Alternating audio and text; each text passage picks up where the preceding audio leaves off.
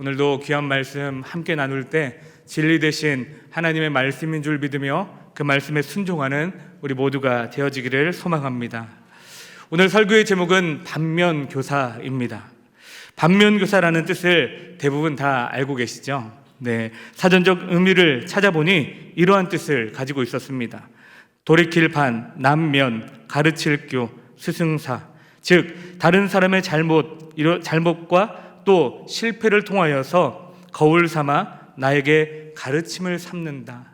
다른 누군가의 실패와 잘못됨을 바라보면서 나는 그렇게 하지 않아야지 라고 생각을 한다라는 것이죠. 비슷한 뜻으로 타산지석이라는 뜻도 있습니다. 남의 산에 있는 돌이라도 나의 옥을 다듬는 데 사용할 수 있고, 그래서 다른 사람의 하찮은 언행, 그것의 허물과 실패까지도 내가 그것을 통하여서 지혜와 덕을 세우는 데 도움을 얻을 수 있다라는 것이 또 타산지석, 비슷한 뜻을 가지고 있는 사자성어입니다. 오늘 저는 설교를 준비하면서 제 인생 가운데, 그렇게 길지는 않았지만 제 인생 가운데 누군가의 모습을 보면서 반면교사를 언제 가장 많이 삼았을까라고 한번 생각을 해보니 제 군대 시절이 떠올랐습니다. 아시는 분은 아시겠지만 저는 해병대를 전역했습니다. 입대할 때 많은 사람들이 이야기해서 다 알고 있었습니다. 가면 힘들 거라고, 가면 고생할 거라고. 누구나 해병대 입대하는 사람이라면 그 마음을 가지고 입대하겠죠. 저도 쉽지 않다는 것을 알고 갔습니다. 그런데 현장에 직접 가보니 정말로 생각했던 것보다 더 힘든 곳이었습니다. 선임들이 후임들에게 행했던 부조리, 그리고 섬 지역이다 보니 다른 곳보다는 검열이 많지 않아서 부사관들과 또 간부들이 행하고 있는 부조리 등 너무나도 눈에 많이 보여졌고, 그것들이 너무 많이 경험되어져서 나는 절대로 저렇게 하지 않겠다라고 여러 번 다짐했던 적이 있었다라는 것을 한번 생각해 볼 때 떠오르게 되었습니다. 재미있는 반면교사도 있습니다. 저는 저희 아버지 김일성 장로님을 굉장히 존경합니다. 하지만 그런 아버지를 보면서도 저는 나중에는 이렇게 하지 않아야지 반면교사 삼았던 것도 있습니다. 무엇이냐면 지금 생각해 보니까 저희 아버지는 자연을 참 사랑했던 분이셨던 것 같습니다. 왜냐하면 제가 초등학교 시절 때인데 아직도 기억이 생생합니다. 아버지는 뭐든지 알뜰하게 사용하셨습니다. 예를 들어서 손을 씻는 물 그냥 버리지 않습니다. 어느 정도 모아두셨다가 변기를 내리는 물로 사용하십니다.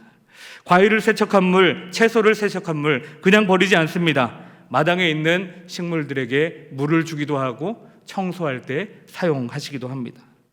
별로 놀라지 않으시는 것 같은데 다들 그렇게 하고 계시죠? 예를 들었던 것뿐만 아니라 참 알뜰하게 많은 것들을 아끼시며 살아왔던 것 같습니다. 그런데 어렸던 저는 그 모습을 보면서 나는 그래도 그 정도로는 안 해야지 라고 생각을 했었습니다. 저희 아버지가 지금은 그렇지 않으십니다. 그 당시에는 그것들을 보면서 아끼는 것이 좋은 것임에도 불구하고 나는 저 정도로는 안 해야지라는 생각을, 재밌는 반면교사를 삼았던 적도 있었던 것 같습니다. 그런데 참 희한하게도 그렇게 하라고 하지 않았음에도 불구하고 참 아버지를 많이 닮아 있었다라는 것을 저는 제 삶 가운데 경험하게 되었습니다. 부모님 댁에 찾아뵐 때면 어머니와 저희 아내가 대화를 할 때 뭔가 두 분이서 공감대가 형성되고 웃는 상황들이 여러 번 나오게 되는데 그때마다 기분은 그렇게 썩 좋지는 않았습니다. 아마도 아버지와 닮은 부분에 대해서 공감하고 또 그런 부분에 대해서 대화를 나누신 것 같은데 그렇게 기분은 썩 좋지 않았지만 그때마다 아버지가 그렇게 하라고 저에게 말씀해 주지 않았지만 많은 부분 닮아 있었구나라는 것도 생각해 보게 되었습니다. 반면교사, 하나님의 말씀인 성경 가운데에도요, 하나님께서 반면교사 삼아서 그렇게 하지 말고 하나님이 원하시는 믿음의 삶을 살으라 하는 많은 뜻이 담겨져 있습니다. 성경 안에 나오는 수많은 사람들의 실패, 그것을 왜 기록하셨을까요? 교훈을 삼아서 그렇게 하지 말고 배워서 그것을 뛰어넘어서 하나님이 원하시는 믿음의 삶으로 나아가라라고 우리들에게 말씀하시고자 하신 것이 아닌가 생각을 해보게 됩니다. 그 내용을 소개하고 있는 말씀이 어쩌면 오늘 본문 말씀인 것 같습니다. 느헤미야 9장 말씀 가운데 보면 하나님의 백성들이 왜 바벨론의 페르시아의 비참한 포로 생활을 하게 되었는지 그 말씀을 통해서 우리는 다시 한번 생각해 볼 수가 있습니다. 오늘 본문 이전의 말씀을 보게 되면요, 하나님이 끊임없이 자신들을 선하심으로 이끌어 주셨다라는 내용이 성경 말씀 가운데 기록되어져 있습니다. 이스라엘 백성들을 섭리를 가지시고 계속해서 함께 하시며 인도해 주셨다라는 것이죠. 하나님께서 그들의 삶 가운데 함께 하셨고 그들의 삶을 끝까지 인도해 가셨다라는 것입니다. 약속의 땅, 하나님께서 약속하신 대로 그들을 인도해 주셨고 또 약속의 땅에 들어가서도 하나님께서 그들의 삶을 인도해 가셨습니다. 약속의 땅 밖과 안의 삶은 조금은 달랐죠. 밖에서는 하나님의 자신의 조상, 자기의 조상 아브라함을 부르시고 이스라엘 백성들의 그 조상 되신 아브라함을 부르시고 그의 후손인 이스라엘 백성들을 출애굽하게 하셨다라고 기록되어져 있습니다. 광야를 통하여서 약속의 땅까지 어떻게 하나님께서 인도해 주셨는지도 오늘 본문 이전의 말씀에 보면 기록되어져 있습니다.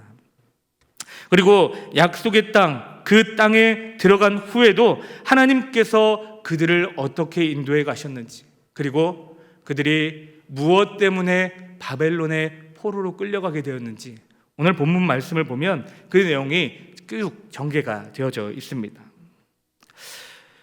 하나님의 백성이었던 이스라엘 백성들, 하나님을 믿고 하나님 말씀대로 순종하였는데 왜 바벨론의 포로가 되었을까요? 그 결과는 무엇이라고 생각하시나요? 오늘 우리가 잘 알고 있듯이 그 결과는 불순종의 결과였다는 것을 우리는 잘 알고 있습니다. 포로로 끌려가게 되었습니다. 그리고 그곳에서 비참한 삶을 오랜 시간 동안 살게 되었죠. 오늘 본문 말씀, 그래서 우리들에게 반면교사 삼아 우리들에게 어떠한 것들을 가르쳐 주는지 하나씩 하나씩 같이 살펴볼 때 하나님이 우리에게 주시는 말씀이요, 우리가 그렇게 살아가기를 원하신다라는 뜻을 다시 한번 기억하며 오늘 본문 말씀을 같이 통하여서 같이 은혜를 누리는 저와 여러분들이 되기를 소망합니다. 오늘 본문 느헤미야 9장 25절 26절 말씀을 같이 읽어보겠습니다. 25절 26절입니다. 그들이 견고한 성읍들과 기름진 땅을 점령하고 모든 아름다운 물건이 가득한 집과 판 우물과 포도원과 감람원과 허다한 과목을 차지하여 배불리 먹어 살찌고 주의 큰 복을 즐겨 싸우나 그들은 순종하지 아니하고 주를 거역하며 주의 율법을 등지고 주께로 돌아오기를 권면하는 선지자들을 죽여 주를 심히 모독하였나이다. 아멘. 오늘 본문을 통하여서 우리가 이스라엘 백성들, 특별히 포로로 끌려가게 된 그 결과를 맞이한 백성들의 모습을 보면서 반면교사 삼아야 할 첫 번째는 바로 하나님의 경고를 무시하지 않아야 한다는 것입니다. 9장 22절부터 26절까지 말씀을 보게 되면 하나님께서 이스라엘 백성들을 약속의 땅에 들어가게 하시고 그들에게 어떠한 것들을 허락해 주셨는지에 대해서 기록되어져 있습니다. 하나님이 그들에게 무엇을 주셨다라고 기록되어져 있죠? 그들이 견고한 성, 기름진 땅, 그리고 그들이 짓거나 파거나 재배하지 않았던 집과 우물과 과실나무, 그들의 노력으로 얻지 아니하여도 하나님이 주셔서 차지하게 된 것들, 하나님이 주셔서 누리게 된 것들을 그들이 경험하게 되었습니다. 그들은 풍족한 삶을 얻게 되었죠.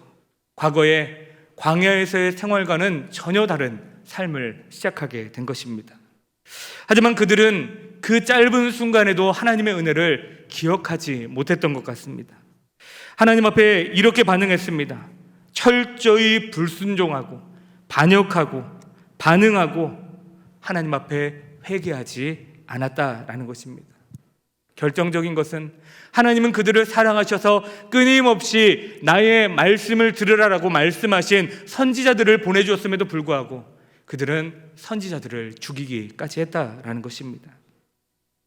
하나님 앞에 불순종뿐만 아니라 죄악된 저항을 했던 이 이스라엘 백성들, 하나님께 받았던 것들이 이렇게 많고 이렇게 귀한 것들이었는데 하나님의 은혜를 잃어버리고 그렇게 반응했다라는 것입니다.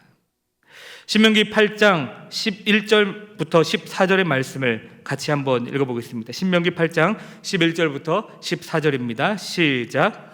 내가 오늘 내게 명하는 여호와의 명령과 법도와 규례를 지키지 아니하고 내 하나님 여호와를 잃어버리지 않도록 삼갈지어다.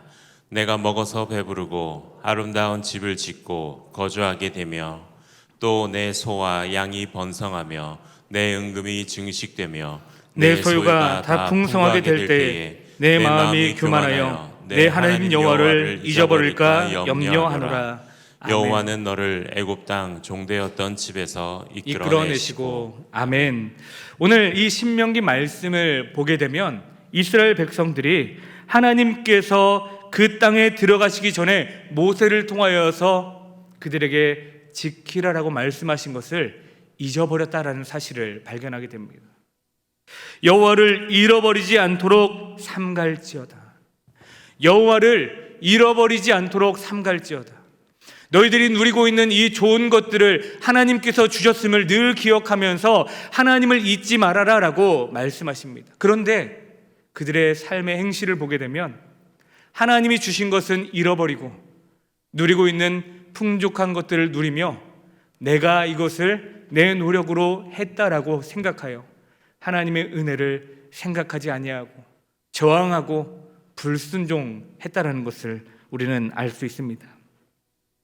하나님이 이스라엘 백성들 약속의 땅에 들어가서 모든 것들이 풍족해질지라도 그것들을 누릴지라도 교만해지지 말고 나를 바라봐라, 나와 함께하라, 잃어버리지 말고 내 말을 기억하며 나아간다면 너희의 삶을 내가 인도할 것이다 라고 하나님은 말씀해 주셨습니다. 그런데도 그들은 경고에 너무나도 쉽게 반응하였고 결국 불순종이라는 아주 부끄러운 모습으로 하나님 앞에 나아가게 되었다라는 것입니다. 부유해져도 타락하지 않고 하나님을 잘 섬길 거라고 생각했던 이스라엘 백성들, 실상은 정반대였습니다. 그들은 점점 교만해져 갔고 그들은 풍요를 주신 하나님을 등지기 시작했습니다. 그래서 불순종과 반역으로 하나님 앞에 반응을 한 것입니다. 하나님이 주신 것이 아니라 내가 내 노력으로 얻었다라고 생각을 하게 된 것이죠. 지금도 이 원리는 동일합니다. 하나님이 우리에게 주신 복 너무나도 많지만 그것이 하나님의 주신 것임을 잃어버리고 하나님을 우리가 기억하지 못한다면 그 주신 것을 잃어버리고 잘못된 반응을 우리들도 하나님 앞에 할 수 있다라는 것입니다. 사랑하는 여러분, 하나님의 말씀의 경계를 늘 기억하며 살아가시기를 바랍니다. 모세를 통하여서 이스라엘 백성들에게 나를 기억하라라고 말씀하셨던 하나님의 그 말씀을 날마다 기억하며 하나님의 그 경고를 쉽게 여기지 않으시는 우리 충일교회 성도님들이 되시기를 간절히 소망합니다. 하나님이 우리에게 이 말씀을 통하여 이렇게 말씀해 주시는 것 같습니다. 더 많은 부를 누리게 되고 안정되고 자랑할 것이 더 많아질 때 나를 생각하여 나의 말씀을 생각하여 더 겸손하라, 더 나를 붙잡으라 라고 말씀해 주시는 것 같습니다. 이것들을 위하여서 가장 좋은 삶의 방식을 저와 여러분들에게 하나님께서 그렇게 살아갈 것을 원하고 계시고 오늘 우리들에게 도전하고 계십니다. 그렇게 우리가 지킬 수 있는 방법은 어떠한 방법이 있을까요? 그렇게 될 수 있기를 날마다 기도하는 것입니다. 우리의 힘과 능력 우리는 잘 알고 있습니다. 우리의 의지 잘 알고 있습니다. 어느 정도에 도달하면 무너지고 깨어지고 하나님을 원망하는 우리들의 부끄러운 모습들을 우리도 잘 알고 있습니다. 그렇기 때문에 우리에게 필요한 것은요, 하나님을 붙잡는 것뿐만 아니라 끝까지 붙잡을 수 있도록 하나님 말씀 붙들고 경계하며 기도해야 한다라는 것입니다. 우리 이 자리 가운데 있는 우리 충일교회 성도님들은 하나님 말씀에 늘 경계하고 부유하고 누릴 것들이 많고 주신 것에 많음을 감사하며 더욱더 하나님 앞에 마음을 드리고 물질을 드리고 우리의 모든 것들을 하나님 앞에 드릴 수 있는 저와 여러분들이 되어지기를 간절히 소망합니다. 느헤미야 9장 27절에서 28절 말씀도 같이 한번 읽어보겠습니다. 시작. 그러므로 주께서 그들을 대적의 손에 넘기사 그들이 공고를 당하게 하심에 그들이 환난을 당하여 주께 부르짖을 때에 주께서 하늘에서 들으시고 주의 크신 긍휼로 그들에게 구원자들을 주어 그들을 대적의 손에서 구원하셨거늘 그들이 평강을 얻은 후에 다시 주 앞에서 악을 행함으로 주께서 그들의 원수들의 손에 버려두사 원수들에게 지배를 당하게 하시다가 그들이 돌이켜 주께 부르짖음에 주께서 하늘에서 들으시고 여러 번 주의 긍휼로 건져내시고. 아멘. 우리가 오늘 본문 말씀을 통하여서 반면교사 삼아야 될 두 번째는 하나님의 징계를 무시해서는 안 된다라는 사실입니다. 하나님의 경고를 무시하지 아니하고 하나님의 징계를 무시하지 않아야 한다라는 것입니다. 이스라엘의 역사, 짧게 말하면 또 그리고 다시라는 역사입니다. 또 죄를 범하고 또 하나님이 그들을 다시 회복시켜 주시고 또 그들이 죄를 범하고 또 하나님이 다시 그들을 회복시켜 주신 역사. 우리는 구약 성경 말씀을 읽게 되면 특별히 선지서 말씀 가운데 하나님이 이스라엘 백성들을 얼마나 많이 사랑의 마음으로 용서해 주셨는지를 알 수 있습니다. 죄를 범하여서 하나님이 심판하시면 또 그들이 하나님을 찾게 되어서 하나님이 그들을 용서해 주시고 그 은혜를 또 잃어버리고 죄를 범하고 하나님이 그들에게 심판하시고 다시 하나님께로 돌아오는 그 사이클, 죄의 사이클, 회복의 사이클이 우리 성경 말씀 가운데 대부분의 말씀이다라는 것이죠. 하나님은 이스라엘 백성들이 죄를 범할 때 주변에 있던 나라들을 통하여서 그들을 치셨습니다. 그러면서 그들에게 말씀하시죠.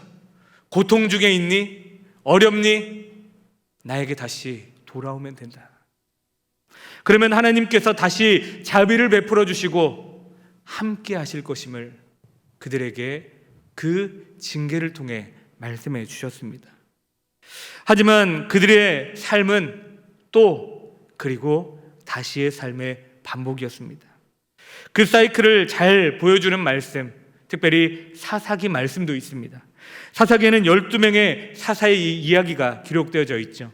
그 말씀을 보게 되면 12사사가 등장하고 그 사사들이 이스라엘을 다스릴 때에는 평온하고 하나님이 기뻐하시는 이스라엘 백성들의 삶이지만 또 그들이 사사가 없을 때에는 하나님 앞에 죄를 범하게 되고 또 하나님이 그들에게 사사를 세우셔서 또 다시 그들에게 징계하시고 그들을 깨닫게 하시고 하나님 앞에 다시 돌아오게 하시고 그 다시와 또 다시 그 반복이 계속해서 일어나고 있습니다. 왜 이스라엘 백성들은 회개하고 돌아오라라는 하나님의 말씀을 듣고도 왜 계속해서 옛날의 모습으로 이전의 모습으로 돌아갈 수밖에 없었을까요? 하나님의 말씀을 가볍게 여겼기 때문입니다. 하나님의 그 징계의 깊은 뜻을 가볍게 여겼기 때문입니다. 하나님이 우리에게 말씀하시고자 하시는 메시지를 가볍게 여겼다라는 뜻입니다. 징계를 통하여서 고통을 통하여서 하나님은 철저히 깨닫고 하나님만을 바라보기 원하시지만 그것을 쉽게 여겼던 이스라엘 백성들, 그것을 쉽게 여겼던 우리들, 그 은혜의 자리로 나아가지만 또다시 무너지고 또다시 죄를 범하고 또 하나님께서 우리에게 징계를 내리시면 또 하나님께로 돌아가는 그 죄의 사이클이 우리들의 삶은 아닌지요. 하나님께서는 그냥 징계하시지 않으십니다. 하나님은 섭리의 하나님이십니다. 하나님은 사랑의 하나님이십니다. 은혜의 하나님이십니다. 우리 그리스도인들에게 주시는 그 징계에는 하나님의 선한 계획과 사랑이 분명하게 있다라는 사실입니다. 우리 이브리서 12장 5절과 6절 말씀을 한번 같이 읽어보겠습니다. 또 아들들에게 권하는 것 같이 너희에게 권면하신 말씀도 잊었도다. 일렀을 때 내 아들아 주의 징계하심을 경히 여기지 말며 그에게 꾸지람을 받을 때에 낙심하지 말라.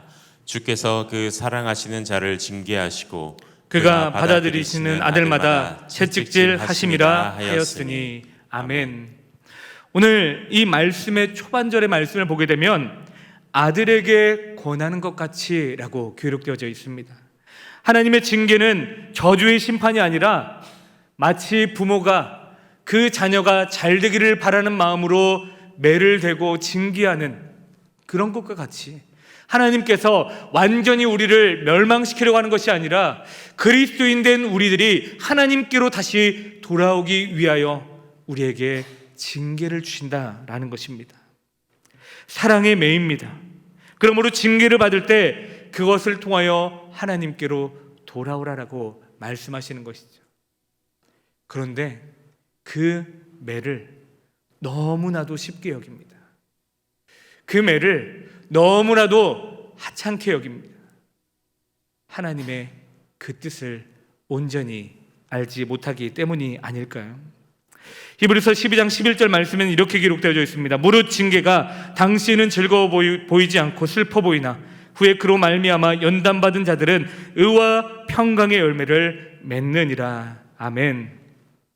사랑하는 여러분, 하나님께서 죄악 때문에만 우리에게 징계를 주시는 분이 아니시라는 사실을 믿으시길 바랍니다.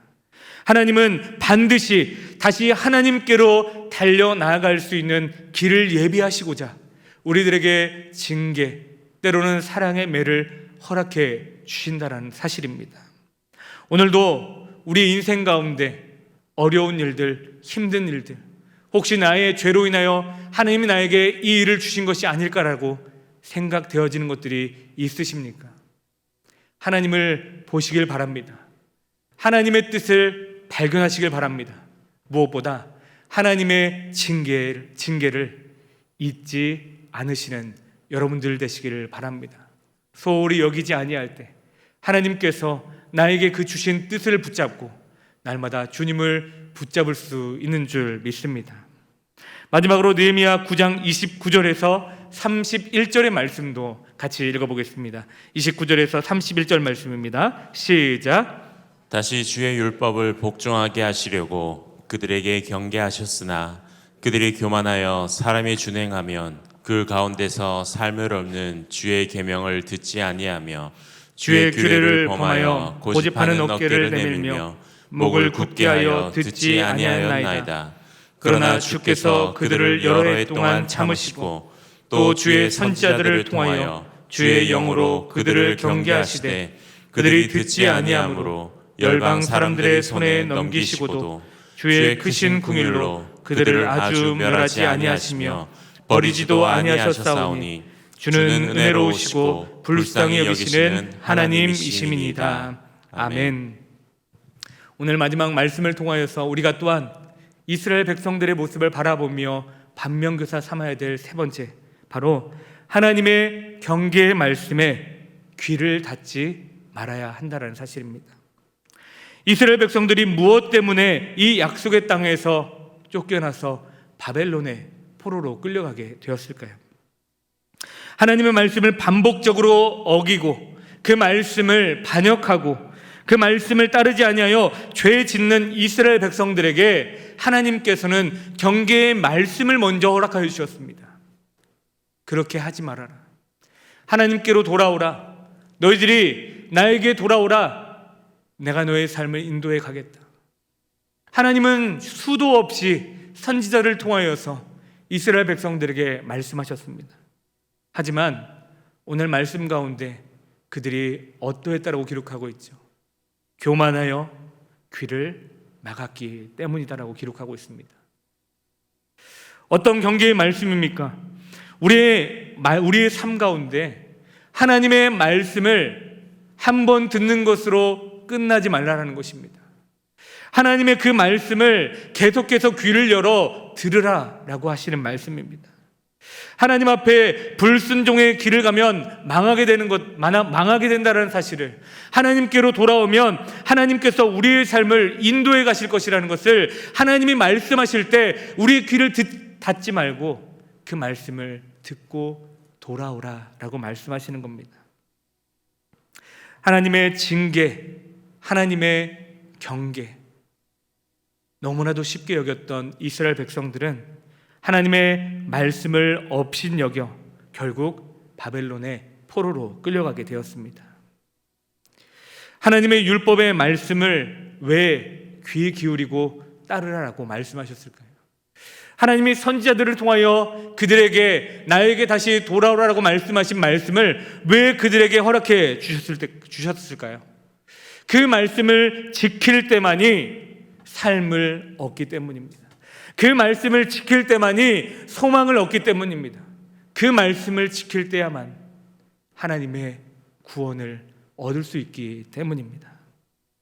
그래서 말씀에 귀를 기울이라고 한 것입니다. 그런데 이스라엘 백성들 오히려 교만하고 또 고집하며 어깨를 내밀면서 하나님의 말씀을 듣지 아니하였다라고 말씀하고 있습니다. 사랑하는 여러분, 교만의 핵심은 우리가 피조물됨을 인정하지 않는 것과 더불어 우리가 하나님 자리에 있는 것이 교만입니다. 더 쉽게 말하면 하나님 없이도 나의 삶 잘 될 수 있어라고 생각하는 것이, 하나님의 말씀이 없어도, 하나님 앞에 기도함이 없어도, 하나님 앞에 예배함이 없어도 우리 인생 잘 될 수 있다라고 하는 생각이 교만입니다. 하나님 우리에게 말씀하십니다.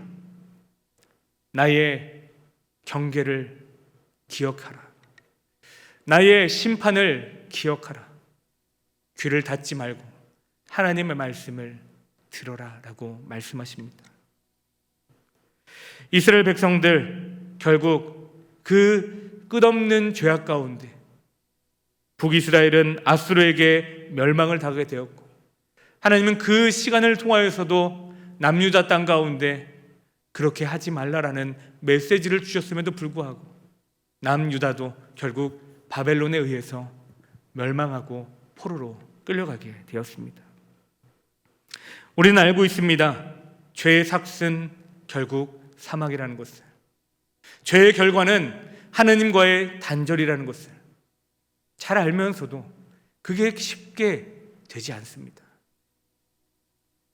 구약 성경의 사울은 하나님께서 택하여 세웠던 왕이었습니다. 하지만 그가 처음에는 하나님의 말씀대로 순종하는 듯 하였으나 결국 하나님 말씀에 불순종하게 되었고, 결국 하나님 앞에 구해야 될 기도를 다른 사람에게 구하는, 결국 그래서 처참한 죽음을 맞이하게 된 우리들에게 아주 좋은 교훈의 말씀이 성경 말씀 가운데 기록되어져 있습니다.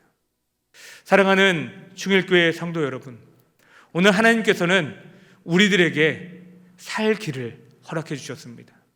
우리들에게 성경 말씀 가운데에서 죄악된 일들을 통하여 하나님이 어떻게 일하시고 역사하셨는지를 보여주신 뜻은 우리들에게 그것을 반면교사 삼아 너희들은 그렇게 행하지 말라, 너희들은 하나님의 말씀, 그 경계, 그 심판 기억하며 계속해서 나와 교제하며 나의 말씀을 들으라라고 오늘 말씀해 주십니다.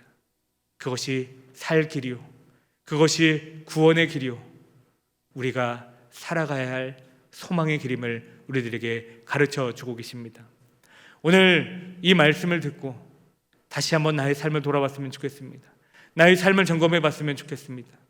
하나님께 받았던 그 징계, 하지만 여전히 죄악의 자리 가운데 있는 나의 모습, 너무나도 쉽게 생각했고 너무나도 업신여겼던 하나님의 말씀, 나의 모습을 다시 한번 돌아보며 오늘 기도의 자리로 나아갈 때 다시 하나님께로 나아갈 수 있는 힘을 허락해 달라고, 다시 하나님의 말씀을 기억할 수 있는 지혜를 부어달라고, 하나님의 경계를 잊지 않는 은혜를 허락하여 달라고, 하나님의 말씀을 들을 수 있는 귀를 허락하여 달라고 한 마음으로 기도하며 하나님 주시는 은혜를 누리는 저와 여러분들이 되어지기를 간절히 소망합니다.